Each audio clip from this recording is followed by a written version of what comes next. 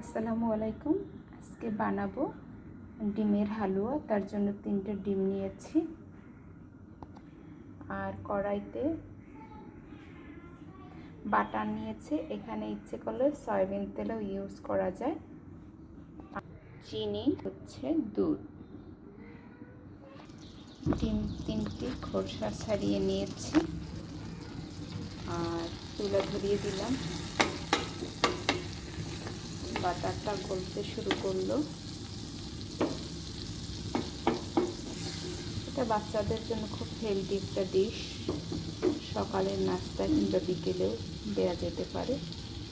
আমি ডিম 3টা দিয়ে দিচ্ছি আর দিয়ে দিচ্ছি লবণ। এখন সাথে সাথে মিক্স করে ফেলবো। খুবই